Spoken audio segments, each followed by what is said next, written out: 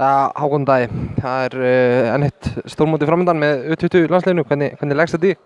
Bara mjög vel, spenntur og við hlökkum bara allir til að spila fyrsta leikinn. Það náttúrulega búið að vera eins og seinasta sumar, núna í sumar, mikil kysla, mikið saman, fara til leiða á þessum gaurum?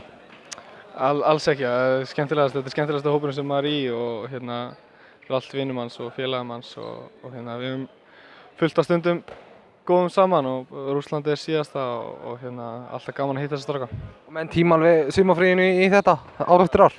Já, þetta er bara, við höfum ekkert betra að gera, þetta er skemmtilegasta sem við gerum og við verðum betri og bara gegja. Þú varst ekki með á í dag og hefur vist eitthvað minna eftir vikunni, hvernig er staðan þar?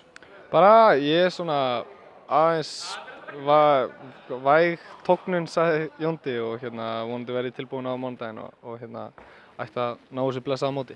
Þáttaka þín á þessu móti er ekkert í hættu?